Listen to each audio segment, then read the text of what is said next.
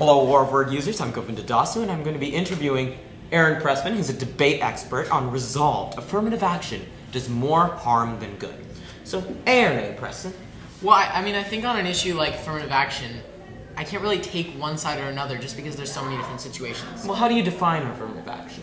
Well, affirmative action is the kind of topic where it's really hard to define because so many people define it differently.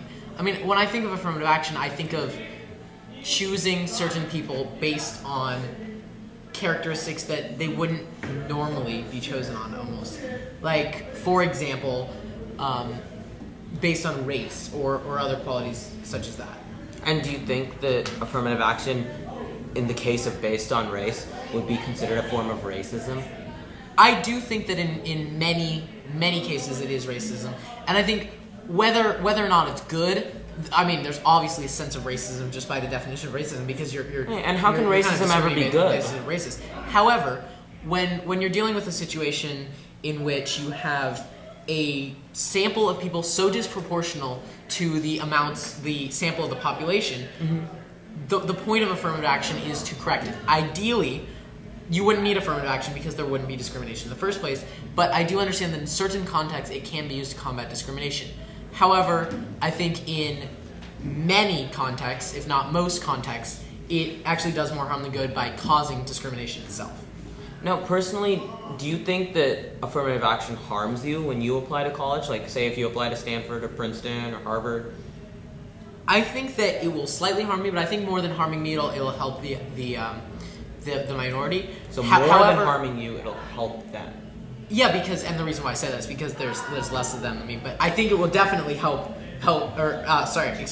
will definitely hurt me in some way because it's a disadvantage. I think when you look at proportions, it won't hurt 1-to-1 ratio, obviously, but that's not really significant to what this is about. What I'm trying to say is that I think that it will harm me to the point where, I think it does more. Just as it will harm me, or. I don't like to take whether it harms me personally into consideration when you're resolutions. However, I don't base this on the fact that it harms me. I base it on the fact that it harms way more people than it helps, and it's discrimination on when using. Wait, you just said it harms way more people than it helps, but then before you said that it'll harm you less than it'll help them. No. What I'm trying to say is that it harms more people than it helps. Therefore, each person who it helps gets more benefit out of it than the person. That's what I said. Okay. But that's kind of beside the point of this topic. I really think that it can be used in certain situations as a benefit, and I think it was a lot more important back during the civil rights movement. So during the 60s and 70s? Kind of in that area is more important, and even in that situation, there's still lots of contexts where I wouldn't approve of it. But nowadays, I would approve of it in rare instances, but generally no. Yeah, okay. Yeah, go ahead. Okay, for example, there's a teacher at my school, and he once suggested that he thinks that there should be at least one gay Supreme Court justice. He wanted to have a quota on the Supreme Court requiring there to be one homosexual Supreme Court justice. That's absurd. I'm sorry. There's a 9-justice court, and you want to require one homosexual. That just, it's like, okay, what are you going to do? Require a homosexual? Okay, let's require someone from Estonia, someone from Libya, someone from Lebanon, someone from Bolivia, Portugal, Spain. But again, there's no Libyan rights movement going on in the United States, but there is a homosexual rights movement, just as there was a black rights movement. Let me ask you. Let's say this. If there is a gay Supreme Court justice who is worse than who would do a worse job than a straight Supreme Court justice, the straight Supreme Court justice should get that spot. Let's say there's a straight Supreme Court justice who does worse than a gay Supreme Court justice. The gay Supreme Court justice should get that spot. I don't want race to be taken into consideration when determining who's better for a position. The only reason why I do approve of affirmative action in certain situations is in order to combat that. In most situations nowadays, it's not needed because race isn't taken into consideration enough. What about the economic kind of affirmative action? Because you're always going to have people from different economic classes. So would you be more for an economic affirmative action? So by economic affirmative action, you're referring to admit, maybe, are you talking about college, or are you talking I'm talking about for college admissions. Okay, okay, so college admissions, and you're talking about basing people based on how much money they make and accepting people based on that. Well, I think that someone should not be accepted to college because they make less money than another person. However, if someone does need money from that college, I do support need-based scholarships, but I don't think that someone being less wealthy should necessarily lead to them in college. Sure, they often come from a background in which it's harder to get a good education. But I don't think either that standardized test scores is the way to determine it. I think that someone who comes from a very difficult background, if they're in really good shape based on the background they did, and the college thinks that they will be a very successful student, that's fine. Wait, but by understanding their background, that is a form of affirmative action, right? Well, in a sense, that they did well in their community. In a sense, except that what I'm trying to say is that I don't want to require there to be. I mean, yes, it is in a sense, but I don't want them to require there to be a certain number from the lesser class community. All I'm saying is that if you can take the community they come from into consideration only when determining how they'll succeed. So the point is for a student to succeed in college. So let's say someone comes from a very rough background in which they have one parent, the parent isn't around very much. They come from a very poor area. They didn't get a particularly good high school education, but they're still, succeeding very well considering all that. Then I think that college should notice a sign. Wow, this student can really handle it. Sure, they may not have gotten as good SAT scores as this other kid, but this kid knows how to be logical, knows how to learn, and can really effectively be a great student in college and do effectively. And I think that should be taken into consideration.